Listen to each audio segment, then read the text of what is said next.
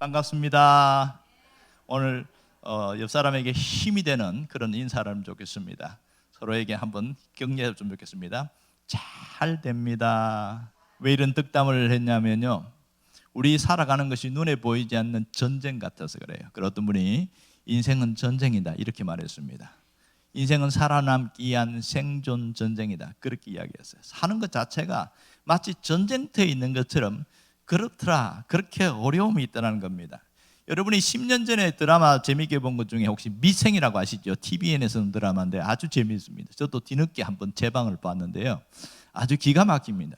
이 미생이 뭐냐, 바둑돌에 나오는 건데 아직 살아있지만 살아있는 돌이 아닌 것을 미생이라고 그럽니다.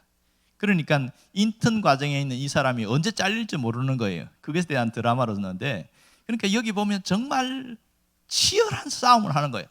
살아남기 위해서, 목 잘리지 않기 위해서요. 그렇게 하는 것들을 봤는데요, 그 가운데 수많은 사건과 일들이 일어나는 것을 알 수 있습니다.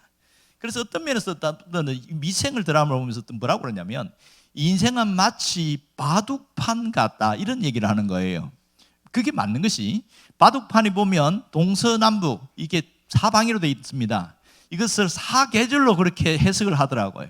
4개의 계절이 있는 것처럼 바둑알이 360개입니다. 그것을 1년 360일의 날 같지 않겠느냐, 뭐 그렇게 대충 계산하고 그만큼 치열한 싸움을 하는 겁니다. 자, 흑과 백이 있는데요, 자, 흑은 백을 유혹하고 백은 흑을 유인합니다.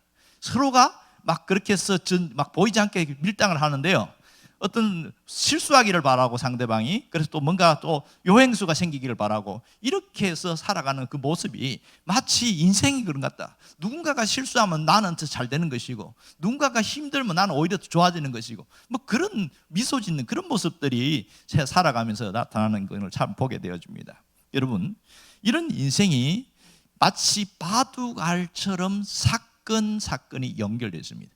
이 사건 저 사건 연결되어서 살아가는 우리의 삶인 것을 우리가 알게 되어지죠.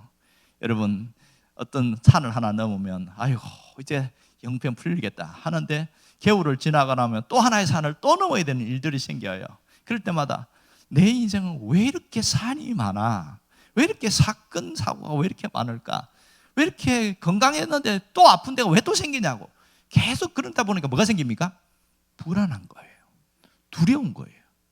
그리고 이 깊은 인생의 계곡을 지나갈 때 우울함이 계속 내 마음에서 떠나지 않는 거예요. 우울증은 아닌데 우울감이 계속 남아있어서 내가 힘든 거예요. 삶이 너무너무 어렵다. 그런 경우가 굉장히 많습니다. 오늘 성경에도 이 사건 저 사건 겪으면서 고통당한 한 사람이 나오는데, 그가 누구냐?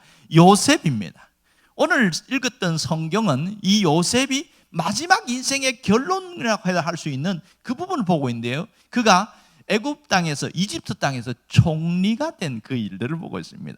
여러분, 이 전무후무한 일인데요, 왜냐하면 노예가 한 나라의 재상이 된다는 거 있을 수 없는 일이죠. 그것도 같은 민족이 아니고 전혀 다른 민족이 있던, 피부색도 달라요. 그런 사람이 그 나라의 총리가 되었다. 이건 정말 천지개벽한 일이 일어났습니다. 여러분, 오늘 처음 나오신 분 중에 요셉이 누군지 잘 모르는 분이 있어서 잠깐 소개를 하려고 해요. 요셉은 아버지가 야곱이라는 분인데, 이 요셉은 12번째 아들 중에 11번째 아들입니다. 이 아들은 잘생겼어요. 그래서 아버지의 특별한 사랑을 받았습니다. 오히려 그것 때문에 10명의 형들로부터 굉장히 미움을 받습니다. 그러니까 굉장히 외로워요. 아버지의 사랑을 받으면서도 외로운 거예요. 그리고 굉장히 힘든 삶을 삽니다. 하지만 그는 바른 생활, 바른 삶을 살려고 굉장히 애를 썼어요. 이 형들이 조금 나쁜 짓 하고 도둑질도 하고 그렇게 할 때 막 고잘질도 하고 뭐 이런 일도 했거든요. 자, 한 번은 형들이 이제 목동이 있지 않습니까? 양을 치는데 멀리 가서 양을 쳤어요. 그때 아버지가 걱정이 되는 거예요. 형들을 보내놓고, 이 아들들을 보내놓고, 아유 어떻게 했는지 한번 네가 한번 알아봐라. 그런데 그 가는데 심부름 보낸 거죠. 근데 그 심부름이 그냥 가까운 데가 아니고 굉장히 멀었습니다. 지금 있는 집 고향은 헤브론이라는 지역이고, 형들이 양을 치러 간 곳은 세겜이에요. 헤브론에서 세겜까지는 80km입니다. 무려 6일을 걸어가야 됩니다. 뭐 평탄한 길이 아니지요. 산길도 가고 뭐 개울도 지나고 합니다. 갔더니 없어요. 없어. 어디 갔지? 그러니까 사람들한테 물어보는 겁니다. 혹시 여기 양떼를 기르던 사람들 못 봤어요? 그랬더니 저 사람들이 어제까지 있었는데? 가만히 있자. 저기 어째 내가 들어보니까 도단이라는 곳에 간다는 얘기 들었는데 그래요? 그래서 세겜에서 도단까지 가는 겁니다. 그러니까 세겜에서 도단까지 약 20km인데 하루 만에 못 가요. 길이 워낙 험하니까. 그러니까 한 이틀 걸려서 갔다 오는 겁니다. 꼬박 한 일주일 걸려서 가는 거죠. 그럼 굳이 그렇게까지 하겠냐? 세겜까지 없으면 아버지 없는데요 하고 그냥 보고하면 끝나는 거잖아요. 그러니까 이렇게까지 해서 가는데 여기서 문제가 생깁니다. 형들이 지금 별로 안 좋아했단 말이에요. 그래서 세겜에서 도단까지 갔는데 반가워가지고 형 나 왔어. 그런데 형들의 표정이 시큰둥하는 거예요. 꿈쟁이 왔구만. 또 한편에서는 상당히 인상이 울그락불그락하는 거예요. 누군가 두 번째인가 세 번째 형이 딱 잡아가지고 얘를 딱 잡는 거예요. 왜 그래요? 야 임마 가만히 있어. 벌써 분위기 심상해지는 거예요. 그러더니 얘를 그 구덩이, 우물 구덩이 냈는데 마침 물이 없는 우물 구덩이 갖다 집어넣습니다. 아이고 형들이 동생을 죽이자고 하는 거예요. 네가 꾼 꿈을 이야기하는데 어떤 꿈이 이루어지는 거 한번 보자 이러면서 이제 죽이려고 하는 겁니다. 그랬더니 맏형인 이 르베는 형은 야 그래도 우리 동생인데 어떻게 죽일 수 있냐, 말도 안 된다, 막 이렇게 옥신각신하는 그런 상황이에요.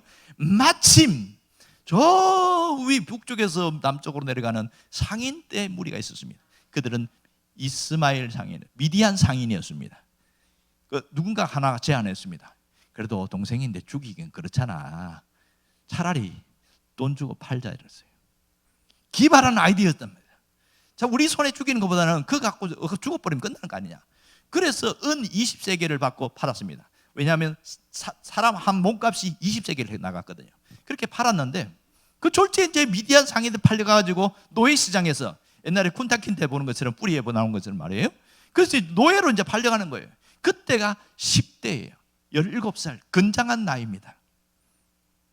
그는 누구 집에 팔려가냐면 이집트에서 시위대장, 그게 경호대장으로 있는 보디바르는 집에서 거기서 죽을 고생을 합니다. 그때부터 시작된 노예 생활은 그의 끝나질 않아요. 세월이 10년이 지나도 끝나지 않고, 그러다가 형편이 좀 풀리는가 싶더니 억울하게 또 감옥까지 들어가네요. 감옥까지 들어가요.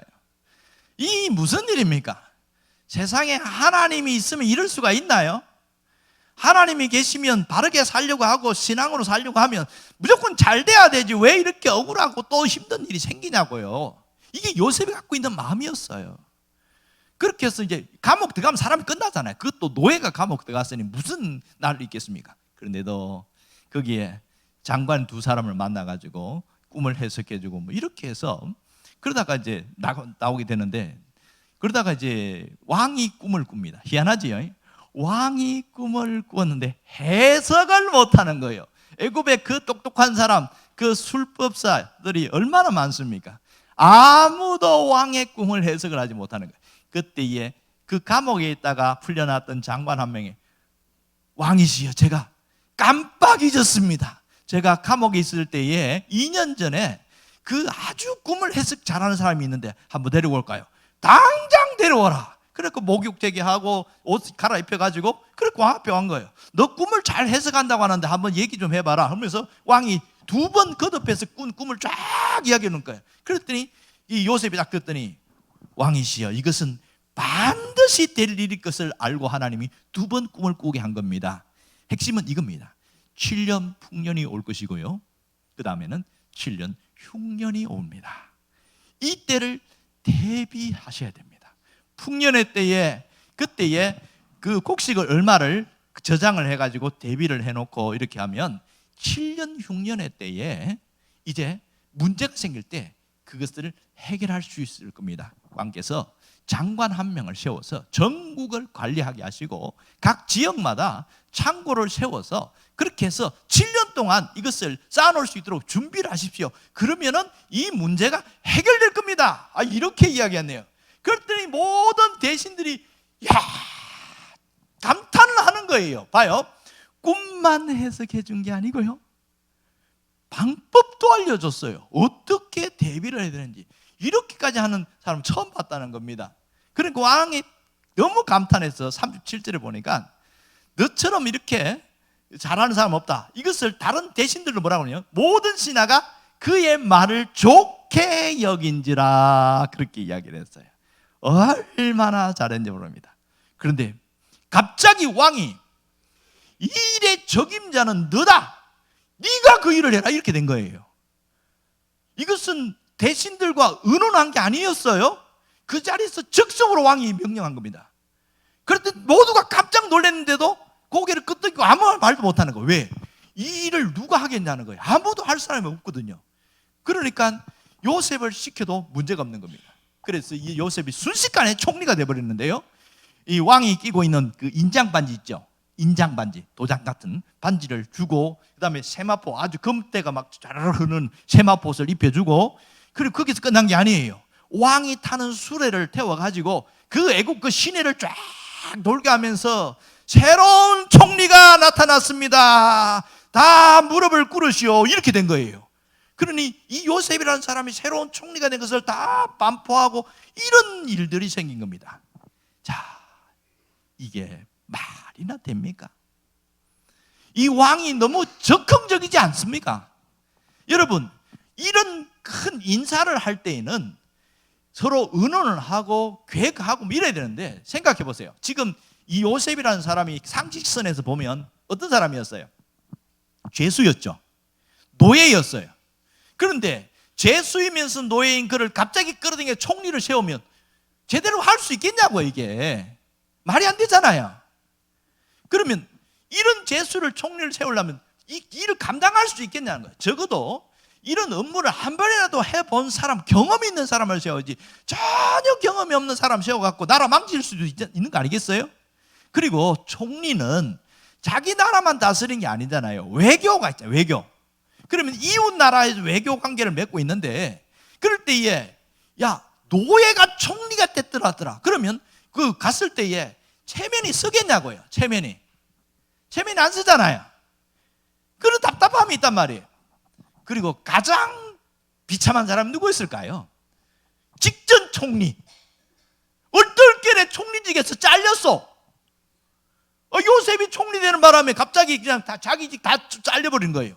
그러니 얼마나 당황스럽겠어요. 내가 잘못한 것도 없는데 왜 갑자기 이런 일이 생기냐고요. 여러분 생각해 보세요.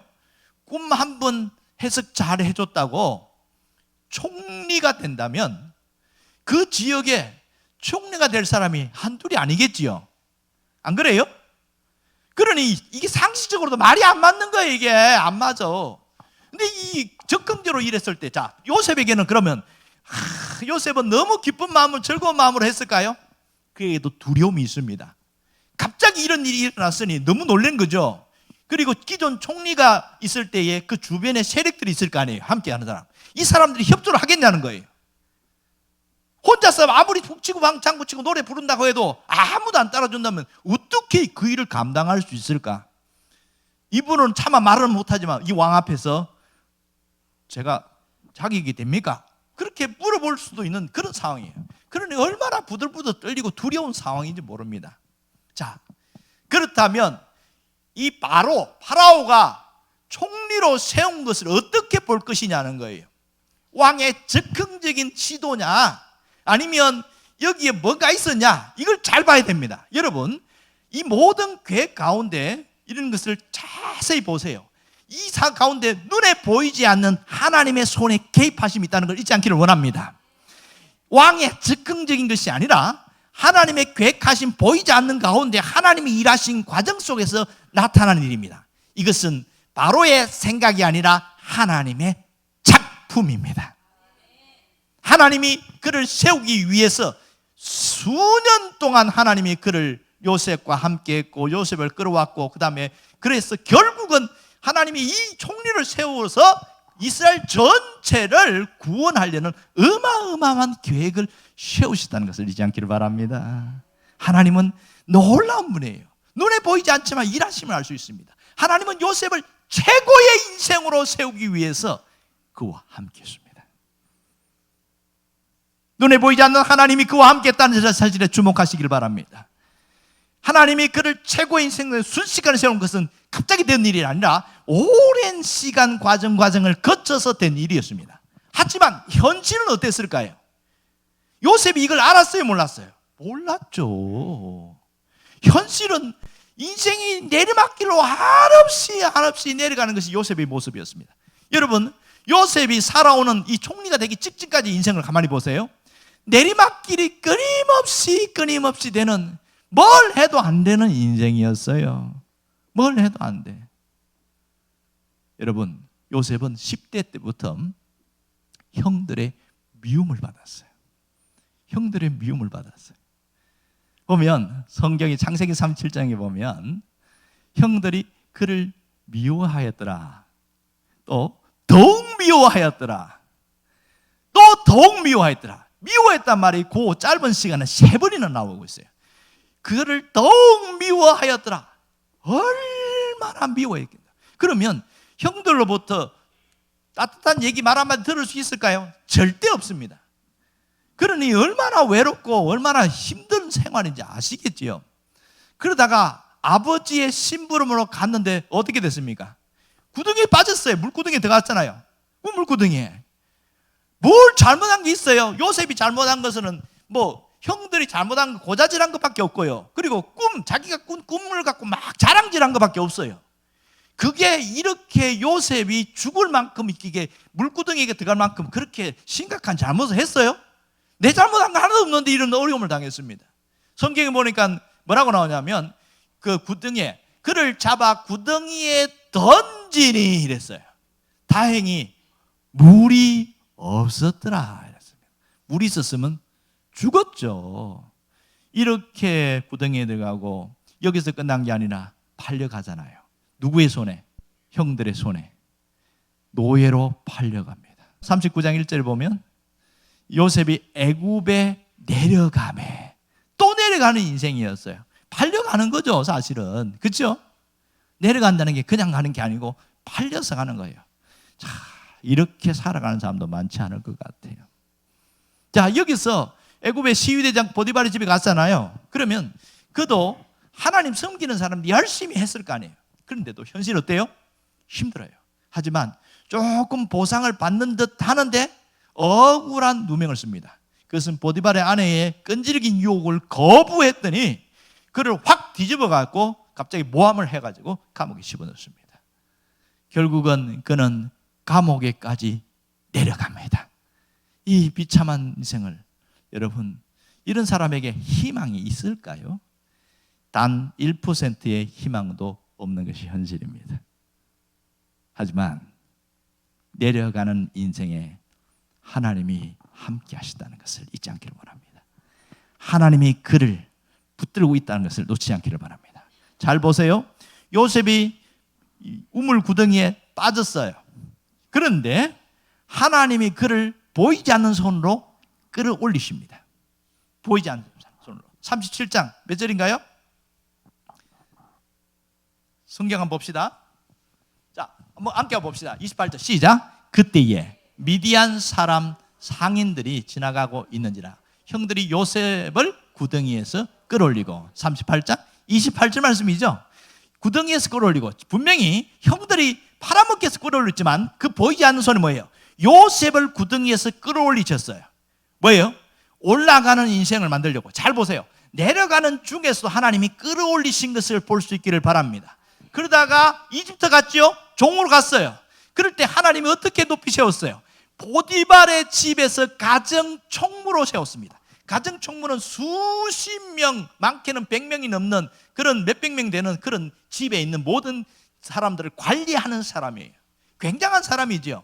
요셉을 가정총무로 삼고 이 배후에 누가 있었을까요? 하나님이 계셨죠. 하나님이 계셨어요.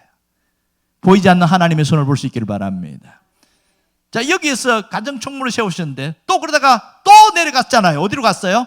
감옥까지 갔습니다. 놀라운 것은요, 감옥에서도 엄청난 역사가 있는데 그 감옥이 일반 감옥이 아니고 특별한 감옥입니다.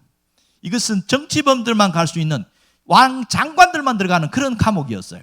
근데 이 요셉이 거기에 들어간 거예요. 누가 하셨냐? 왕의 죄수를 가두는 감옥은 하나님만이 할 수 있는 겁니다. 왜냐하면 이 감옥을 관장하는 사람이 누구냐면 보디발이었거든요. 그러니까 그게 가능했던 거죠. 그리고 그 감옥 속에서도 그 지독한 상황 속에서도 어떻게 했냐? 하나님이 그를 다시 한번 끌어올리시는 일이 있는데 재반 사무를 요셉에게 보게 했어요. 간수장이란 말은 교도소장을 말합니다. 우리 식으로 말하면 재반 사무를 말하는 건 뭐예요? 전체의 행정과 사무를 담당하는 사무장 역할을 했다는 얘기지요. 이런 일들을 요셉에게 시켰어요. 내려가는 중에도 하나님이 계속 끌어올리시는 것을 볼 수 있길 말합니다. 마지막에 하이라이트는 뭡니까?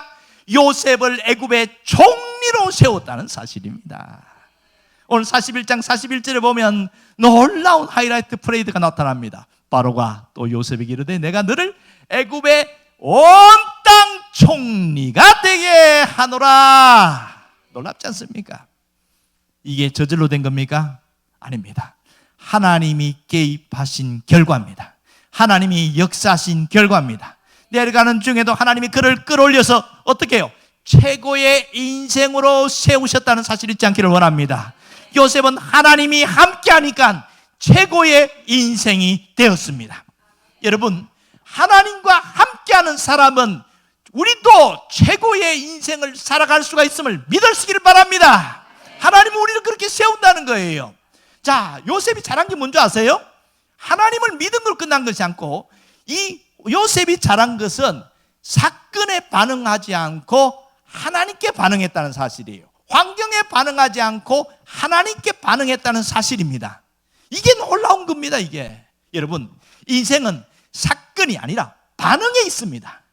인생이 어떻게 변화될 것인가, 돈이 많다고 되는 것이 아니고 건강만 하다고 되는 것이 아니라 이 현실에 대해서 어떻게 반응하느냐가 대단히 중요합니다. 삶은 계속 굴곡이 있어요. 높이가 있고 낮이가 있고 그런 가운데서 어떻게 반응하냐에 따라서 삶은 달라지기 시작하는 거예요. 우리가 살아가면서 정말 성공한 사람들은 보면 신앙적으로도 마찬가지입니다. 어떤 반응을 했느냐에 따라서 삶이 달라지는 겁니다. 여러분이 바닥치는 삶을 살아간다고 할지라도 여러분이 그 환경 가운데 하나님께 반응할 수 있기를 바랍니다. 바르게 반응하면 좋은 일이 일어납니다.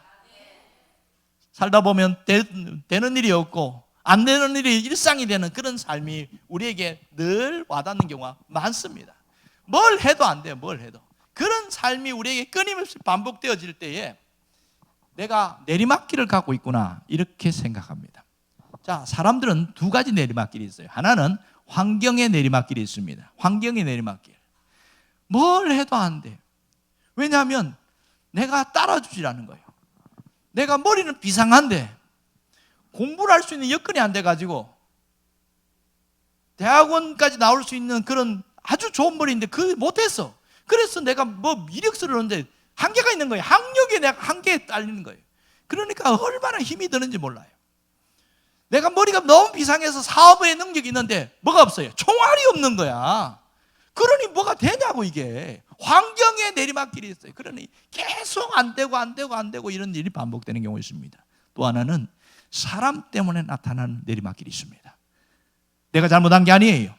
옆에 있는 사람 때문에 내가 인생의 내리막길을 계속 걸어가는 때가 있습니다. 그 사람 내가 안 만났어야 되는데 그 사람 때문에 인생 다 망쳐버렸어. 후회하는 일이 얼마나 모르는지 몰라요. 처음에는 그 사람이 나에게 큰 은인인 줄 알았어요. 그런데요, 계속 만나고 보니까 그 사람이 나의 원수 중에 철천지 원수였다는 것을 나중에 발견한 거예요. 이제 와서 후회해도 소용이 없어요. 소용이 없어요. 우리는 뒤늦게 후회하고 후회할 때가 얼마나 많은지 모릅니다. 그래서 그 사람도 아니야, 그 새끼야. 항상 왜? 화가 나는 거야. 딱 그 사람 올리면 벌써 화가 확 치밀어 오르는 거예요. 이게 그런 일 때문에 내 인생이 계속 내리막길로 가는 그런 현실에 부딪힐 때가 참 많습니다. 그러니 인생이 왜 이렇게 고달프냐, 왜 이렇게 힘드냐, 그런 말을 할 수밖에 없는 거죠. 여러분, 환경에 내리막길이 있고 사람 때문에 나타나는 내리막길이 있다고 할지라도 다시 한번 올라갈 수 있습니다.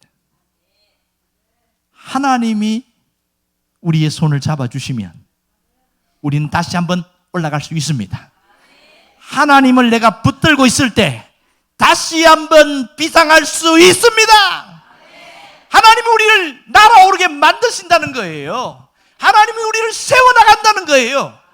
그러므로 비상하는 데는 꼭 필요한 게 뭐냐? 믿음입니다. 믿음.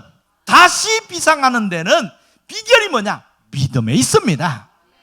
왜 믿음이 중요한 줄 아세요?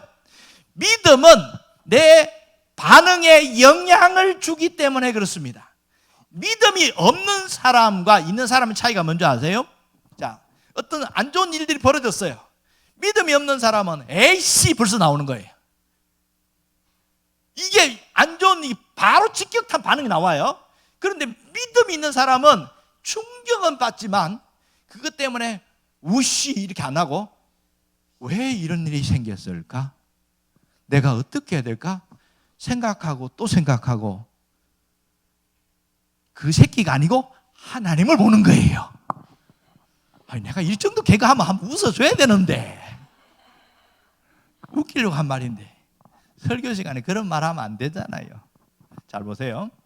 여러분, 믿음은 우리의 현실에 엄청난 영향을 줍니다. 사건이 아니라 반응이 중요한 거예요. 인생의 변화는 어디에 있느냐? 환경이 아니라 반응에 있습니다. 우리의 반응이 영향을 끼치게 되어 있습니다. 그만큼 어떻게 반응하냐가 중요한 거예요. 우리는 때로는 돈을 가질 때도 있지만 돈을 잃어버릴 때도 있어요. 건강할 때도 있지만 건강을 잃어버릴 때도 있어요. 관계가 사이가 좋을 때도 있지만 틀어져서 원수관계가 될 때 있단 말이에요. 그런 것이 우리가 살아가는 복잡한 일들인데, 그러나 거기에 어떻게 반응하냐에 따라서 나는 좋아진 인생을 살아갈 수가 있고 달라진 인생을 살 수 있는 거예요. 오늘의 반응이 내일을 바꿉니다. 인생의 변화는 반응에 있습니다. 내가 어떤 반응을 하느냐에 따라서 삶은 달라지는 겁니다. 내일의 삶이 좋아졌다. 그것은 오늘 좋은 반응을 했기 때문에 그렇습니다. 여러분, 불행이라는 것이 우리를 끊임없이 우리를 발목 잡아요. 마치 도둑놈처럼 찾아와가지고 우리를 막 보이지 않는 줄로 칭칭칭 감아가지고 계속 시궁창이 쳐박습니다.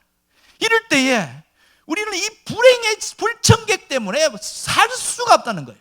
하지만 그 가운데서도 다시 일어날 수 있다는 겁니다. 왜요? 하나님을 붙들면 우리는 살아날 수 있습니다. 하나님이 우리와 함께 하시면 우리는 다시 비상할 수 있습니다. 다시 일어날 수 있는 거예요. 회복될 수 있는 거예요. 새로워질 수 있는 겁니다. 왜냐하면 하나님이 우리를 보이지 않는 손으로 붙들고 있기 때문에 그렇습니다. 여러분, 그 하나님 붙들기를 바랍니다. 인생은 결론 날 때까지 끝난 게 아니에요. 끝날 때까지 끝난 게 아니에요.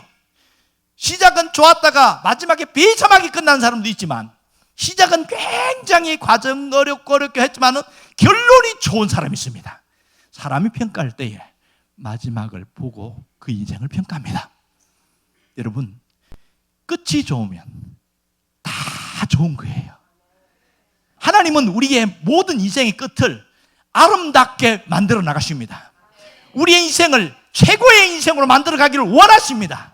하나님이 나에게 원하는 것은 시궁창에 처박힌 그런 인생이 아니라 최고의 인생이 되기를 원하십니다. 여러분이 그 인생 살 수 있기를 바랍니다.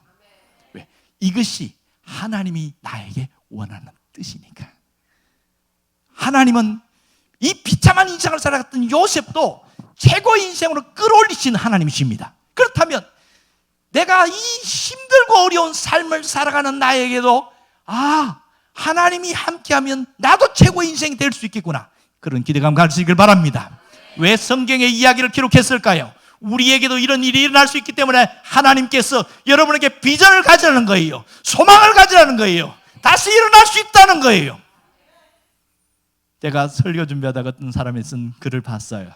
그랬더니 글자에 대단한 것을 봐야죠. 한 글자부터 10글자까지를 이렇게 탁탁 해놨는데 어떻게 이런 말을 만들어냈는지 너무너무 기가 막힌 거예요.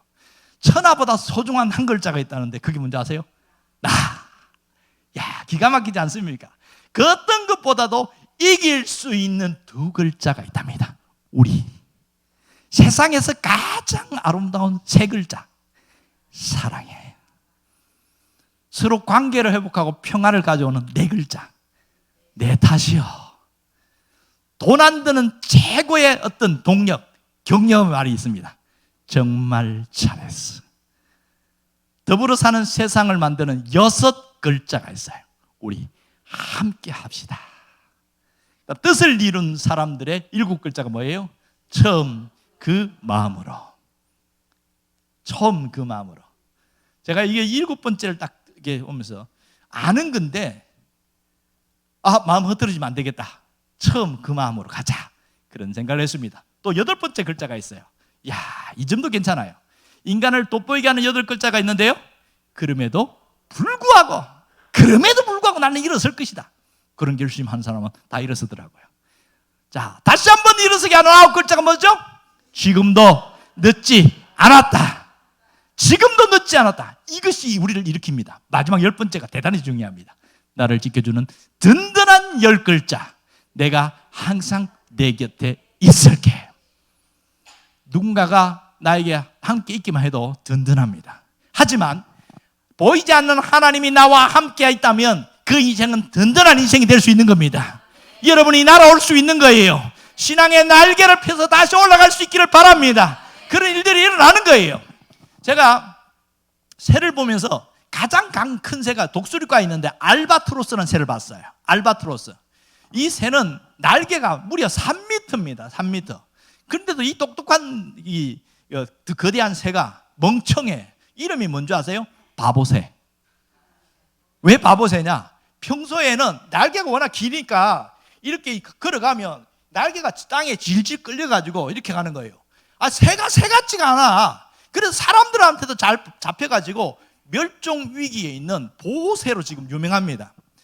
왜 이 새가 유명하냐면 평소에는 아주 바보처럼 보이는데 폭풍우 확 몰아칠 때에 그 폭풍우가 몰아칠 때 갑자기 날개를 쫙 펴잖아요. 3m.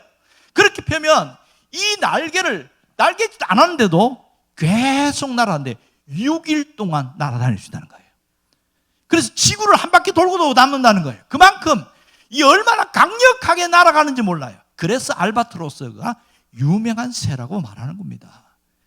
그는 위기 때에 제 능력을 발휘합니다. 여러분, 신앙은 평소에는 별로 능력이 안 나타납니다. 하지만 내 삶에 폭풍우가 몰아치고 내 환경에 시련이 다가오고 내가 어려움이 올 때에 그때에 믿음의 사람은 신앙의 날개를 활짝 펴서 날아갈 수 있는 것이죠. 여러분은 신앙의 날개를 펼 수 있기를 바랍니다.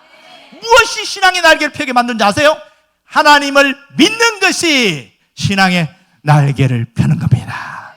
하나님을 의지하는 것이 신앙의 날개를 펴는 겁니다. 하나님을 붙드는 것이 신앙의 날개를 펴는 겁니다. 여러분 와서 한 번 드리는 예배를 소중히 생각하길 바랍니다. 내가 드리는 그 예배 한 시간 그것이 내가 신앙의 날개를 펴는 몸짓이라는 걸 잊지 않기를 바라요. 이것이 신앙의 날개를 펴고 날아가게 만드는 겁니다. 똑같이 예배 드리는데요, 어떤 사람은 이 날개가 뭐고 그냥 다 쓰러지고 다 부셔버린대요. 근데 어떤 사람은 이 알바트로스처럼 날개를 쫙 펴고 날아가. 너는 무슨 백 믿고 이렇게 잘 됐는데? 아니 똑같이 교회 나와서 예배 드렸어요. 똑같이 기도했어요. 근데 어떤 사람은 하나님이 차별하시는 것 같아. 그런 사람이 있어요. 나는 죽으라고 기도하는데도 되는 게 없어. 쟤는 보니까 나보다 기도 시간 다 요만큼밖에 안 하는데 왜 잘 풀리냐고 인생이. 여러분, 눈에 보이는 걸 평가하지 말기를 바랍니다. 이 사람은 보이지 않는 곳에서 얼마나 하나님과 치열한 싸움을 하면서 선지 아세요? 요셉처럼. 누구를 놓치지 않았을까요? 하나님을 놓치지 않은 거예요. 하나님을 안 믿는 게 아니라 믿긴 믿었지만 하나님을 놓치지 않고 살아가는 사람은 날개를 펴니다. 껍데기를 믿지 말고 제대로 믿을 수 있길 바랍니다. 가장 문제는 뭔지 아세요? 껍데기로만 열심히 믿고 제대로 안 믿어서 결정적인 순간에 무너지는 사람이 있습니다. 진짜 믿음은 언제 나타나요? 인생의 폭풍과 몰아칠 때에 제대로 된 믿음에 드러나게 됩니다. 그래서 한 번 한 번 드리는 예배를 소중히 여길 수 있기를 바랍니다. 그 예배 가운데서 여러분의 믿음의 날개가 강해지기 시작하는 거예요. 그래서 어려움이 올 때 순식간에 쫙 펴고 알바트로스처럼 쫙 날아가게 되어집니다. 여러분에게도 놀라운 역사 있기를 원합니다. 이런 사람에게는 최고의 인생으로 거듭나는 하나님의 역사를 경험할 수 있습니다. 여러분이 그 주인공이 되시길 바랍니다.